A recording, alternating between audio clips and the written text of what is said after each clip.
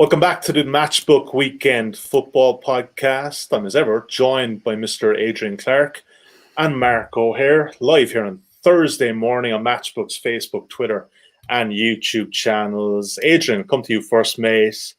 Exceptionally good week again last week. Back-to-back clean sweeps even on insights.matchbook.com. You're 77% for the season, mate. It's all going worryingly well, isn't it? Yeah, I'm just waiting. I'm waiting for I'm waiting for fatigue to set in. There's a lot of games at the moment. Yes, I just don't want to pick up any injuries, but a bit of momentum. So we'll take it. Mark O'Haire, you're fine form again in Champions League during the week. You're the only man in this world that will ever get me looking at the Belgian, is it the A-League or whatever else it's called? But it's got a few names, yeah, absolutely, or Juniper League or whatever it is. But props to you on that one, mate. Not a bad weekend. It was, I think in our overall selections, it was a bit of a mixed bag. We were kind of unlucky with some. I mean, Southampton plus half a goal was a bit of a killer. That should have been up, and hopefully people hedged away at halftime. But what was the weekend like for you in general, mate? Yeah, it was a mixed bag, and I think kind of epitomised by the game between Everton and Leeds at Goodison, which I remember kind of saying this is going to be the best game of the weekend in the Premier League, most entertaining game. I think it was, but unfortunately for us, the goal just never materialised and damaged my bank account quite significantly, unfortunately. It was a crazy game. Like, honestly, it could easily have been 5-5 or should probably have been 6-4 to Leeds or something like that. But yeah, somehow it's just 1-0. That's what makes this game really hard and harsh sometimes. Is I think we did call it spot on. It just didn't happen, and that's sometimes how things go. Yeah, absolutely. A bit of a tilting one there.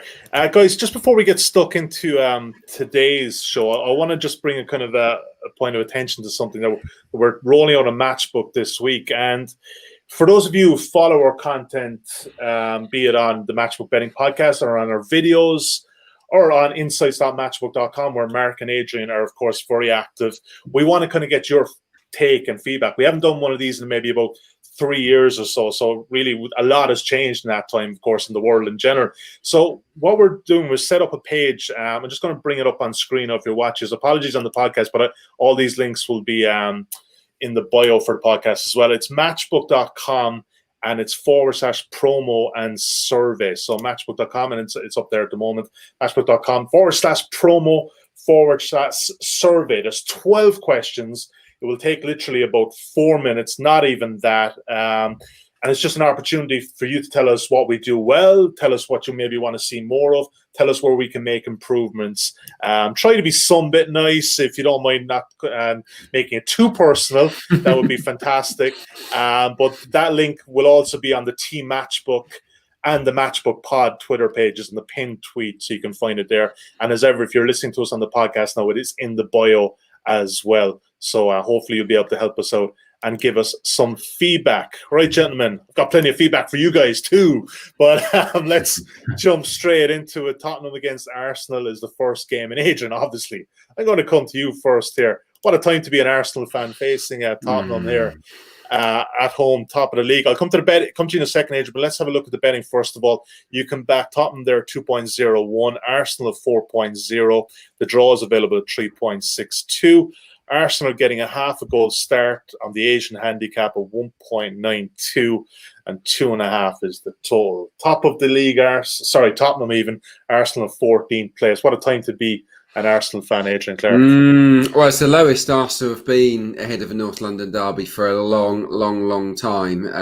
It's not a fixture they really want at the moment, but at the same time, it's an opportunity, isn't it? I think that's how they'll view it inside the dressing room, an opportunity to bounce back with a big result. But if you look at the form guide, this is a big ask for Arsenal, who have switched formations and basically there's a lot of pressure on Mikel Arteta to go with the back four, to get an extra attacking midfielder on the pitch, to create more. And they kind of have across the last couple of games. But what's also happened is that they've been exposed defensively. That solidity they had with a back three has kind of gone. And part of it, I don't want to get into too much detail, but part of it is it's tactical, with the central midfielders drifting to the flanks, and it leaves big holes. And Arsenal have been really exposed in the full-back areas, particularly at right back, with breakaways and long passes. And Son Heung-min Gareth Bale, Bergwijn. These are guys that can take advantage. So what I'll say is that I expect Arteta to react to it and to make a change tactically. I think either he'll go with a three-man midfield, 4-3-3, and match Spurs up, or he'll go back to the back three. That's personally what I would do for this game, because it's tried and trusted, big game formula, and that might just steady the ship, which I think is what they need. Missing Thomas Partey, I mean, there's no news at the moment on when he comes back. I've got some stats for you that are really interesting. Across the last 2.5 games, he's played 225 minutes. He's missed 225 minutes. In the bit he played, Arsenal faced 18 shots. In the bit he didn't play, they faced 46 shots. Oh, Jesus. 46 shots on target, 4 faced, 15 faced without him. So look, it's not just down to Thomas Partey, but the midfield isn't quite right without him, with Xhaka and Ceballos. So I expect El Neni to come back in and for something different to happen. But look, Mourinho, home games, has never lost at home to Arsenal as Chelsea, United or Spurs manager. So look, everything really is pointing towards Spurs. I hope that I'm wrong, and that Arsenal can pull out a Manchester United performance again. But yeah, I have to use my head here and say that Spurs are a decent price, I think, at around evens. I'd also consider going low on the goals. Yeah, current goal line is under 2.5. And Adrian, in fairness, you went head over heart last week, as did Mark with Wolves opposing Arsenal. Mark opposing Arsenal again. Is that the angle this weekend for you? Yeah, I think so. I think obviously North London derbies are always quite important, aren't they? They're always quite decisive. But the pendulum has swung in Spurs' direction in the last couple of seasons, and you know there's a huge amount at play here. Tottenham, you know, talk is starting about potential title challenge. Win here, and obviously that will only increase, and the pressure is growing on Arteta's shoulders, not just with performances but results recently, which haven't been good, and suddenly he is under pressure. So were Arsenal to lose here, you know, you just have to look at the next manager to be sacked market, and Arteta has, you know, shrunk massively in price in the past 10 days or so, which is incredibly harsh, but that's the reality of the job at the moment. So but at the same point, an Arsenal win here changes the complexion of everything for Arsenal, I think, and we have seen it before. Adrian alluded to it as well. You know, they've beaten City, won the FA Cup, won away at United, ending that big 6 hoodoo away from home. I thought they competed reasonably well at Anfield as well. So, you know, what Arsenal are we going to get from this game? I'm agreeing. I think they will probably revert to tried and tested methods in this match. Kind of play it safe, play on the counter attack. The sad reality is they just aren't generating enough chances, even if the improvements have been made in the last 2 games over the course of the campaign. They've generated fewer than 1.5 expected goals in all but 3 Premier League matches, which just isn't good enough. Their recent record at Spurs isn't great either, and their away record in the Premier League under Arteta is just 4 wins from 15. In 11 of those matches, they've scored 1 goal or 0 goals. So even with fans, I think, are being allowed back in 2,000. Am I right, Adrian? Yeah, I think so. Yeah. An ever slight increase in home advantage there to Tottenham. Not that it's going to mean a huge amount, but these little variables need to be taken into account. And you look at the Spurs' perspective, they could easily be quite clear at the top of the table if those results against West Ham and Newcastle had gone their way. They've made very quick starts at home across all competitions, scoring inside the first 20 minutes in the last 6 games. My big worry about this one from a Spurs perspective is how they're going to approach it under Mourinho. Typical Mourinho in a big game is to be pragmatic, but no disrespect to Arsenal, and I don't want to annoy Adrian, but it's how he views Arsenal. Are they that kind of big team he has to sort of batten down the hatches and play things safe, or is he going to be offensive? I'm not sure, to be honest. But I just think the price is fascinating. These two met each other in July in Tottenham, and Spurs are 1.78. I know they've had a rough end to the season, plenty of injuries and etc. But to see them at evens, that's a significant change. I wouldn't want to back Spurs at odds on. I think evens is just about my limit, really, coming into this game. Their record in the big games at home have been reasonably good recently. They've toppled City twice, beaten Arsenal, beaten Leicester, and defeats against Liverpool and Chelsea came very early in his reign when he had very few options. So they are in Austria on Thursday. I'm sure he won't play a full team in that game with this match in mind. But approaching things very similar to Adrian. Spurs to win, and I looked at under 2 3/4 for that extra assurance if there is exactly 3 goals. I just think if Mourinho does approach this as a big game, you've almost got 2 teams who like to play in transitions, 2 teams who want to play in counter-attacks, and that's not conducive to a high-scoring match. Just a quick one on that. Yeah, I agree. I think under 2 3/4 is definitely a good play.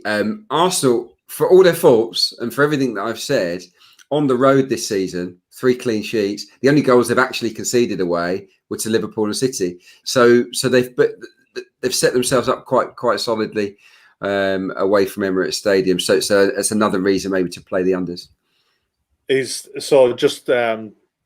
I was to give you only one bet, guys, is the under 2.75? They're available at 1.74 a Matchbook. Is that probably a better play than Spurs at 2.01? Mark, what do you think? I'd take the bigger price in this scenario. Just about Tottenham. The two teams are in much different mindsets right now. Okay, Tottenham at 2.01, and look, we opposed the Gunners last week, so paid for us then as well. Sorry, Adrian, but look, you're a pragmatic man, which I like. Well, it would taste all the sweeter when we're all proved wrong. Absolutely, yeah. But just one quick thing: Harry Kane going to be fit? Everything I'm hearing, of course, he's going to be fit. Of course, he's going to be fit. I mean, Joe says he's chucked it out there, but he'll be fit. Yeah, he did. He said it, and then I think there's a couple of lines later he said, "Well, he probably is going to play." Yeah, on Sunday. He'll play. He'll win a penalty, and he'll convert it. There you go. There you go. That's your trifecta. You're probably a short enough price on that too, Adrian. Right, let's look at the next game we're going to talk about today. Liverpool play host to Wolves. Obviously, Wolves did us a big favour last week and kept us in the profit. Liverpool currently available just under 1.55 at Matchbook and the match odds. Wolves is 7.2. Draw available at 4.25. Wolves getting one goal start on the Asian handicap odds against their 2.02. And the total is 2.75. Mark, I mean, you look at Liverpool coming into this season and even the last couple of weeks, all these injuries and endless, and, Alisson was out during the week against Ajax. Still got the win there, fortuitously, I would suggest. But they just keep on churning out the results, Liverpool. And, I mean, it just goes to show the sign of a good team. But is there a bit of value with them here this week? Not for me. I think we talked on the Champions League podcast and probably on the Premier League podcast a few times now about how erratic the season has been. I think particularly for the bigger teams across Europe, and I think Liverpool are a great example of that. They were magnificent against Leicester, awful against Atalanta, quite iffy against Brighton last week, and then, as you said, quite fortunate against Ajax as well. So, they have been very flashy, very decent in patches, but also quite fortunate in others. And it's how you want to read them, really, coming into this game. You mentioned the injuries. Robertson looked to be struggling midweek against Ajax. Alisson was missing too. If those two players were to miss out, they're missing their entire back five. So I suspect they'll have a couple of players back. But even so, they've got recovery time from Tuesday to Sunday. But Thiago's now missing for the next few weeks. That's been confirmed. And I think their midfield looks bereft of invention and a bit of inspiration as well, because normally you look at Liverpool and you see the two fullbacks bombing on, providing that link play. There's always someone in their midfield kind of doing the dirty work, and also someone linking midfield and defence and attack. So at the moment, I'm kind of struggling to see where the link is. They're obviously very well capable of blowing teams away. We've seen that, against Leicester, for example. But it's not the same Liverpool we saw in the last couple of seasons. The market still respects them, but it's definitely eased its support in the last few weeks. And sure, that's down to injuries and no fans and the schedule, etc. But I just wonder whether Wolves are going to be the team who kind of go one better than Sheffield United and West Ham and Arsenal and Leeds, who have gone to Anfield, put up really good shows, but just come up short, particularly Sheffield United and West Ham recently. Now, the big blow is Raul Jimenez's injury. But, this big promise in the summer about transitioning to a more offensive style from Wolves has started to sort of bear fruit, really. They've changed formation to 4-3-3 in the last 2 weeks. Their injured players from early in the season, particularly the fullback Parisians, are back fit and available. And they've played with swagger, they've played with intent. They've been quite fun to watch, and they generated over 2 expected goals against Arsenal, 1-5-7 against Southampton. That's the first time they've actually posted over 1.5 expected goals since the opening day. Pedro Neto flourishing, Adama Traore back in favour again. Pedence starting to find a bit of consistency too. So they've definitely got players who can make their mark if Liverpool are missing players defensively. A Liverpool defensive kept 2 clean sheets in 10 Premier League games and really should have conceded against Midtjylland and Ajax in midweek and Atalanta away from home as well. So, for me, if Wolves score, the Asian handicap comes into play. And that's why, again, playing slightly shorter than the advertised quotes you said there, Sully, but Wolves plus a goal and a quarter, which earns a half-stake win, even if Liverpool win by exactly 1 goal. The only way we lose our stake is if Liverpool win by two or more goals. That, for me, is quite appealing. Yeah, there we can see it on screen if you're watching us now. Just over 1.75, not a bad price at all. Adrian Clarke, I almost feel with Wolves that, there was a bit made about the fact that they didn't qualify for Europe, but it actually could be to their benefit, especially at this time of the year for them. Yeah, they look really fresh, I thought, against Arsenal. Even before the injury, which happened crazy early on, they came out of the traps absolutely flying, and then after the understandable lull, they got going again. And I was really impressed with Neto, with Daniel Podence, lovely goal from him.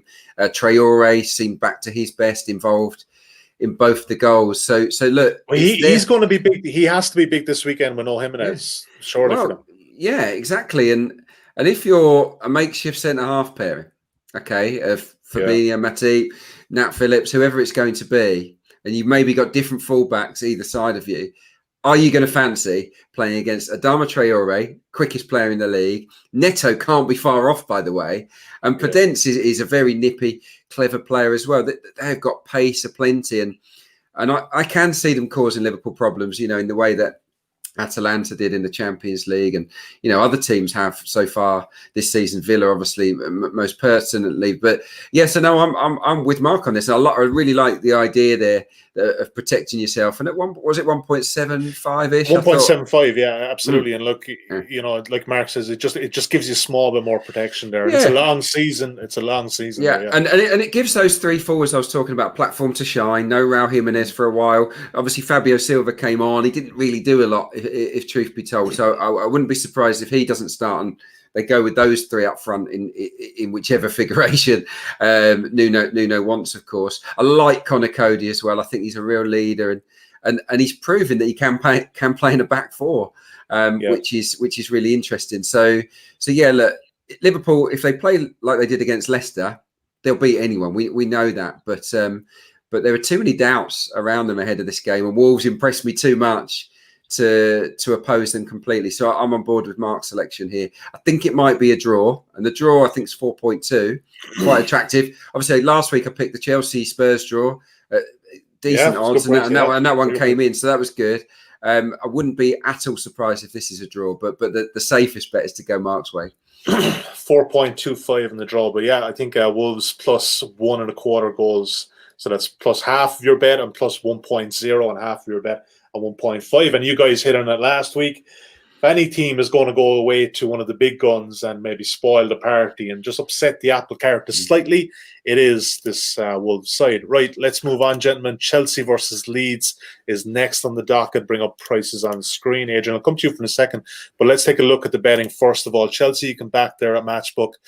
Just over 1.56, pretty short, but obviously exceptionally impressive last night in Sevilla. Leeds United at 6.6, draw available at 4.6. Leeds getting a gold start on the Asian handicap. Again, odds against there 2.01. And a very high total at 3.25, but that's slightly being bet to the under right now. Third place, 12th there, Adrian. But look, good game. Potentially a good game. And look, we saw Leeds last weekend as well. They're a bit of a Jekyll and Hyde team at the moment, but they're doing well. But what are you thinking with this one? Hard not to be impressed by Chelsea last night. I honestly believed that game was going, and I think a few other people did also, that game was going to be very similar to the City Porto game during the week, where both teams really, look, let's call it what it is, didn't really give a shit. But no, they came out of the blocks and just played really well. Hard not to be impressed by it. Very impressive, and a lot of the players were B players, weren't they? They were the stand-ins. Yeah. So it was a win-win for Frank Lampard. Rested a lot of the big guns for the weekend, and the stand-ins really shone. And Pulisic. I've got to ask you though. Sorry for cutting across you, but does Giroud start? I think I would be fuming if I don't start. If I'm Olivier Giroud, he absolutely deserves to start. It's a shame for me because I've got Werner in my fantasy team, and I want him down the middle. But he still gets chances on the left. But it's a good game. Yeah, I would go with Giroud and Werner and probably Ziyech, but you've got Pulisic to come off the bench. You've got Hudson-Odoi fit again. It's crazy. On top of all that, we're talking about the attacking firepower. Joint fewest shots on target faced this season, Chelsea. So look, they're not giving much away to teams. And look, they'll be tested in this game. I think that much is clear. Leeds just went for it at Everton, didn't they? They've created the most chances in the division now, Leeds, more than anybody else, which is just amazing considering they've come up from the Championship. The attacking midfielders were brilliant. I thought Rafinha, Cleek, the other guys. There was just so much Harrison. There was so much movement. It just didn't. No one knew who to pick up, and I think that they will play with that kind of style again, which would test Chelsea. So I think they can give them a game. In short, but yeah, Chelsea right now feel like a bit of a juggernaut. Even last weekend didn't play brilliantly against Spurs. They were kind of negated, but they never looked like losing the game in my opinion. So yeah, Chelsea impressive at the moment. That said, Leeds on the handicap of +1. It interests me because I don't think this is a game that Chelsea run away with. Well, you could Mark, you and talk to me on this one. I mean, very similar to the last game. We could, if you wanted to do that angle, you might as well go up and get the 1.25 or 1.75 and just cover yourself that bit more. But what are you thinking on this? I don't want to put words in your mouth and lead you this way, but what do you think, Mark? Yeah, no, that's the angle I had down. But I've got to be honest about it. That I have cooled in the last sort of 24, 36 hours on it. It's hard not to be impressed by what Chelsea have done and what they've achieved. And as you guys have mentioned, with a second string team away at Sevilla as well, it just shows the strength and depth that they've got available to them. But as Adrian says, Leeds are they're not going to change their tact. They're going to go and give Chelsea a game. Anyone who saw the Football League in the past 2 years will know just how good this team were. And I think any of us who cover the Football League would have told you this team has got the potential to be top half at the very least this season. It's great to see them flourishing and great to see them putting some of these teams to the sword at times. Everton were completely outplayed, and they've created 5.4 expected goals against Arsenal and Everton in the last 2 games. They're a newly promoted team. It's magnificent to watch.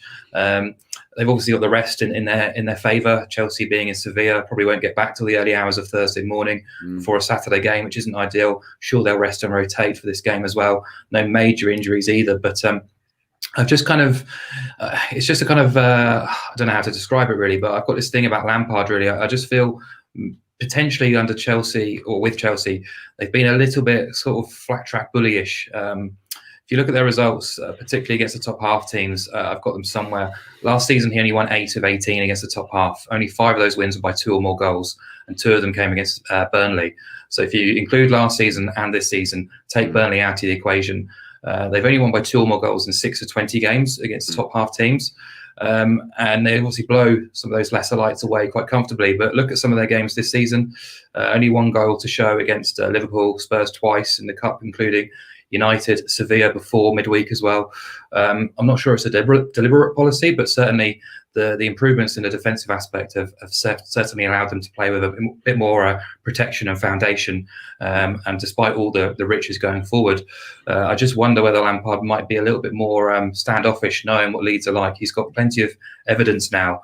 Leeds have already been to Anfield. They've already been to play Man City. They've already played. Their schedule's been really, really tough, and they've given every single team they've played a really mighty game. Even Palace, when they lost 4-1, that scoreline was incredibly harsh on Leeds. So, I mean, if I had to pick a selection, it would be Leeds plus 1.25 goals. But I have to admit, I am a little bit nervous about that after seeing Chelsea.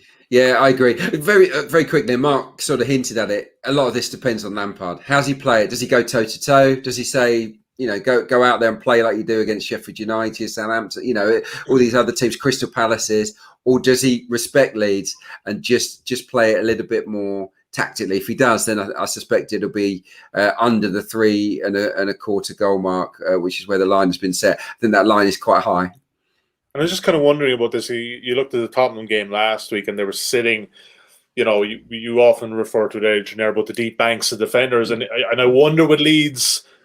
Is that in them? It probably isn't. No. It's definitely not in them. But so Giroud won't scare them because Giroud doesn't run in behind. But here, Werner and Ziyech won't run in behind. Timo Werner could be a big player in this game, in my opinion, because Leeds. You're just making the case. You're just making the case hysterical. Well, you're not fooling us, man. He's in my fantasy team, and I'm not leaving him out this weekend. There you go. It makes a good point. It could be a potential cracker. Look, it's a selection. Leeds plus quarter of a goal. Again, half of your bet on Leeds plus 1.0, half 1.5, but it's by no means our strongest selection. But let's call it a selection nonetheless. Always go with your first gut, man. That's always what I say. You always go with your first gut. I think that was your first gut. Okay, let's move on. I want to talk about our weekly Ole Gunnar Solskjaer chat. It's fun. I enjoy it, Mark. I really do. West Ham at 3.68. Manchester United 2.14. The draw is available at 3.58. West Ham getting a quarter of a goal start on the Asian handicap at good odds against 2.09. And the total is 2.75, slightly shading to the under. Mark O'Haire, we talk about this. I don't know if you'd be probably well on top of this, what the market was telling us before. United's lost to PSG last night. Obviously, if they got a point there last night, they would have qualified and probably could have sent, the reserves to Leipzig next Tuesday. But that's out of the equation now. They need that point in Leipzig, and there could be the potential here for changes in East London on Saturday. Yeah, there could be. I think one of the benefits, or not the benefits, one of the things that Solskjaer has actually done quite well in recent weeks is shuffle his pack quite well. But there has been a bit of movement in the market since the PSG game. Certainly United have drifted ever so slightly, and money's come for West Ham slightly as well. But I have to hold my hands up. I've been struggling to get United right this season. I think I got them draw no bet, opposed them with PSG for the Champions League. But for an hour or so, I thought United competed very well and looked quite dangerous on the counter attack. And I also thought they were deserved winners at Southampton as well last week, despite the kind of going down by 2 goals in the first half from 2 set pieces. The second half fight back was very impressive. Cavani's influence was impressive too. But excuse me. I would expect some rotation, some freshening up, but we talked last week. They're evens at Southampton. They're slightly bigger here, and we do need to respect that away record of 8 successive Premier League wins. Never been done before in the league. Unbeaten away in the Premier League since January against Liverpool. But this is a team, I keep saying the same word over and over, but erratic. They're dysfunctional. They're inconsistent. And for me, they're not a bet right now until I see some sort of signs of consistent progress, which I appreciate is going to be difficult in the current times. But West Ham, I know Adrian might be opposing me in that sort of sense, but I think from a West Ham perspective, they've been, for me, the biggest surprise this year. 15 defeats in 22 Premier League games entering lockdown, outside the relegation zone on goal difference. They had the talent. They've always had the talent, but there was never really much to get excited about. So absolutely huge credit to David Moyes. 8 wins from 18 since Project Restart. I'm not going to... they were actually quite unfortunate not to get a point away at Liverpool. They took a point. Sorry, they're a point off Leicester. They're 2 points off Chelsea. They're in 5th, which is remarkable, really. It's West Ham. They're 2 points off Chelsea after 10 games. I thought they were excellent at Anfield. Quite fortunate to get a point at Spurs. They spanked Leicester. They spanked Wolves. Held Man City. Undeservedly lost to Arsenal as well, when dominating all the major data in terms of shots and XG, etc. too. So their schedule's been very, very tough, and they've scored in their last 9. They kept 4 clean sheets in 8. Antonio's fit. They're well rested. I think they're capable of getting something here. I know I said it last week with Southampton, but you start looking at United's winning streak away from home. Winning streaks rarely go further than sort of 4 or 5 games. Yeah. When they get to sort of 8, that's the kind of time where it's just probability. It's going to end at some point. It's when you're going to oppose them to get on the train. I didn't get it right last week. I'm prepared to have another go this weekend with West Ham, who I think are in a good place right now. So, the price has been chipped, unfortunately, in the last 24 hours. West Ham plus a half was around 1.9. What are we getting now? 1.81. So I'd make it a bet down to about 1.77, 1.78. So not a huge amount there. And if it does go shorter than that, then suddenly the value is on United to win. Yeah, West Ham currently available at 1.81 with a half a goal start, which essentially means you're just laying United. You have the draw on side as well.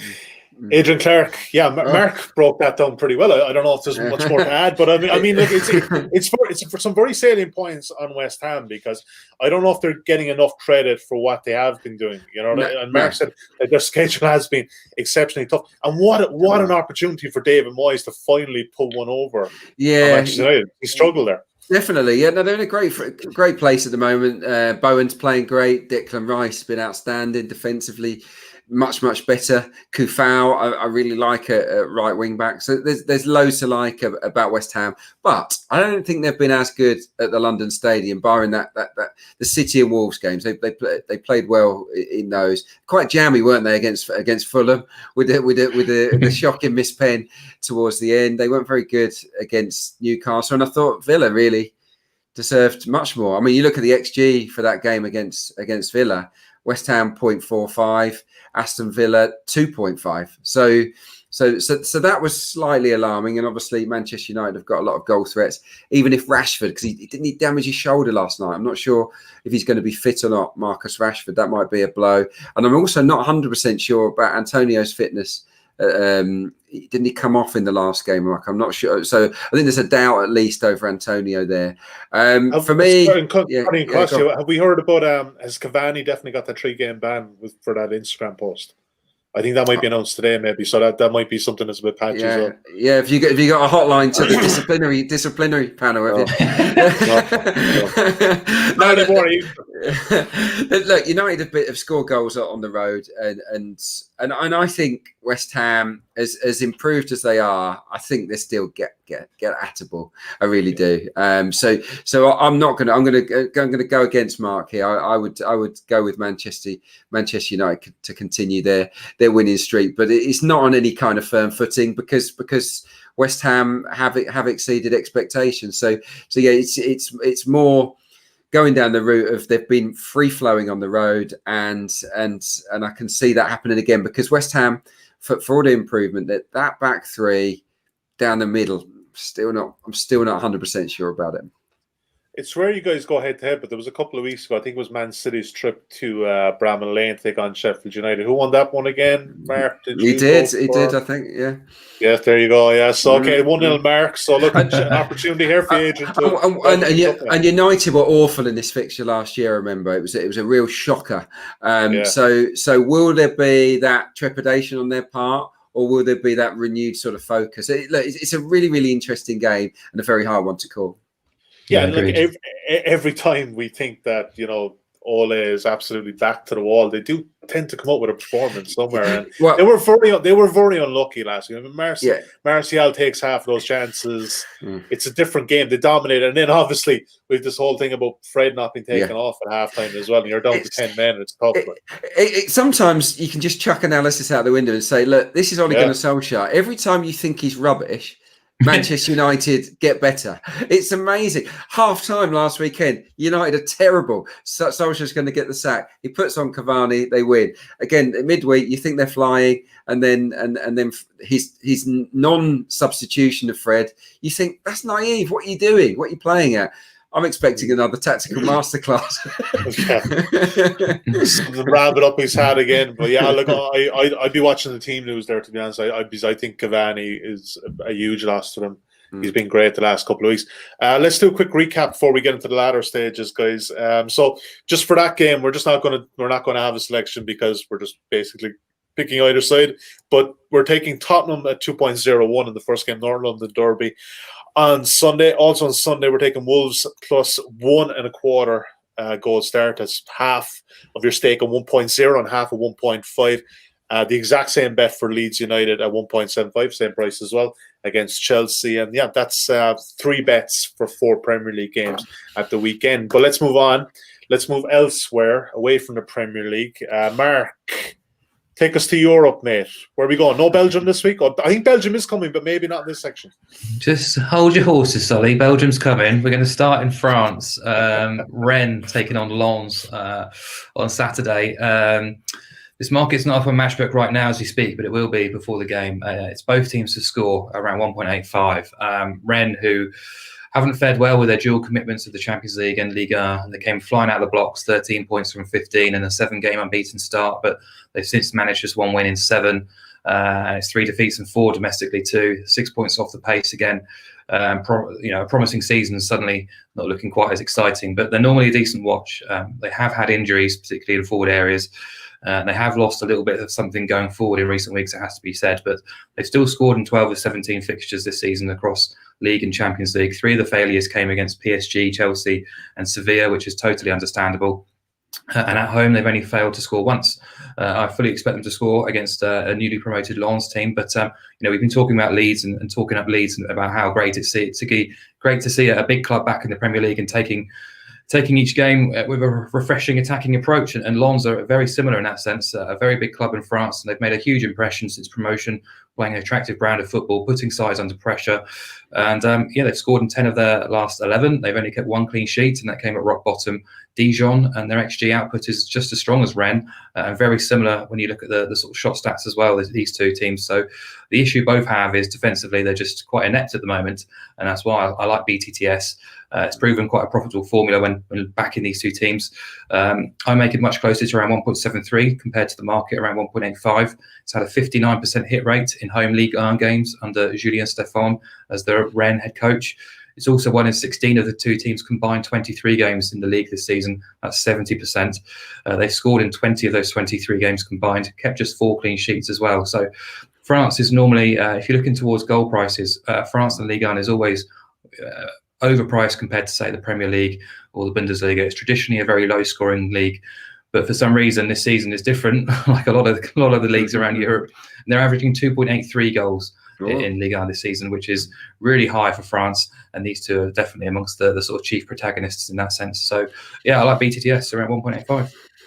All right, looks solid. Look, Adrian Clarke, take us to the EFL, mate. What do we look like in this video? I'm going to go for a couple. I'm going to be bold because we're a bit light, aren't we, on bets this week? So let's go for a couple. And the prices have kind of almost swayed me as much as the form book here. Okay. In League 2, Bolton are flying. 4 wins in a row, just 1 goal conceded. Ian Evatt it's taken a while for him to get this collection of new faces to gel, and they are at the moment. Owen Doyle's flying, Delfonso up top, Anthony Sarcevic in midfield, Crawford. These are all players that are top class really for League 2. Bolton are at home to Port Vale, who have lost 5 in a row and leaked 11 goals in the process. They haven't been as bad as that run suggests. So that's one thing to note. But for me, Bolton just have so much momentum now and so much quality that in my view, they should be a lot shorter than 2.35 to win this one on home turf. So I'm going to go with them. And also, I'm going to go in League 1 with the away specialist, Hull. Well, they're great away. They're great home and away at the moment, Hull City. They won against Doncaster, a really good Doncaster team, last night, 2-1, 25 shots to 6. They really battered them. And that, I think, is a sign of how confident Hull City are at the moment. Again, informed players, Malik Wilkes, George Honeyman. These are 2 real top class players at that level. And on Oxford, as we saw when they crumbled against Swindon last weekend, much to our frustration, they're not sure-footed at home. He dropped his keeper. Carl Robinson blew his top afterwards. Completely heads gone. He basically caned his substitutes, caned his goalkeeper, and he dropped his keeper in midweek. And actually, they got a draw against sort of out of form Ipswich. Well, he didn't admit to his own mistakes. He didn't admit to his own mistakes. No, Carl Robinson. No, although actually, in a backward kind of way, he did, because he said the subs made it worse. So. I mean, he put the subs on, so there you go. Can you see that bus coming? Just fucking roll on. I just think Hull are just brilliant on the road. They got the best record. Oxford haven't been good against the better teams in the division. Against top half teams, 1-1, drawn 2, lost 6 this season. Oxford, their better results have come against the weaker side. So for me, Hull to win at Oxford at 2.25 is again pretty decent value when you consider how they're flying. That was a bad one last weekend, wasn't it? Oxford and Swindon. I actually had Oxford double chance in an ACCA. I was like totally taking the piss with this double chance, and they still managed to lose at the end. But anyway, we won't talk about that anymore, guys. No more bad beats talk. Right, weekend best bets. Mark, I already tipped your hat. I just gave the game away, but look, lay it on us. Where's your best bet this weekend now?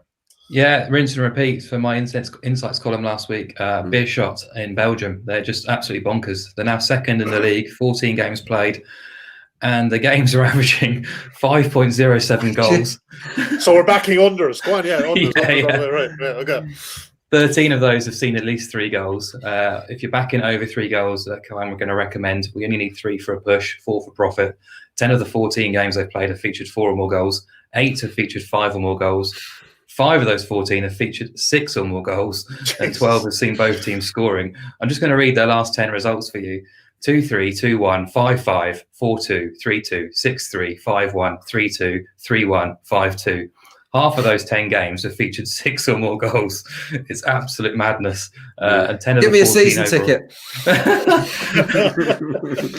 10 of the 14 have Beer shot Game Pass. Yeah. The normal route people would take here is probably back over 2.5 goals and BTTS as a double. Well, actually, 10 of their 14 have seen over 3.5 in BTTS land. So it's almost a blind play at anything above 1.7. The market's suggesting around 1.75 is available. So that's where I'm heading. They're playing a Eupen team who are actually playing on Thursday night, but they're struggling. They have scored 9 of the last 10. 2 clean sheets all season, delivered both teams scoring in 9 of 13, and 5 of their 6 against the top 6 have produced a minimum of 4 goals as well. So they should be happy to sort of play ball, and we should be in for another high-scoring game in the Belgium League, which is always quite high-scoring and quite entertaining. Well, surprise team called Beer Shot. They're a bit tipsy. Adrian. I like it. I'm going a bit EFL crazy, but I don't have time, unfortunately, to study the European form. That's brilliant. I backed the Beer Shot before. I'm definitely jumping on that again. They're crazy stats. Nowhere near as compelling in terms of the argument, but it's a fancy. It's Huddersfield against Queen's Park Rangers.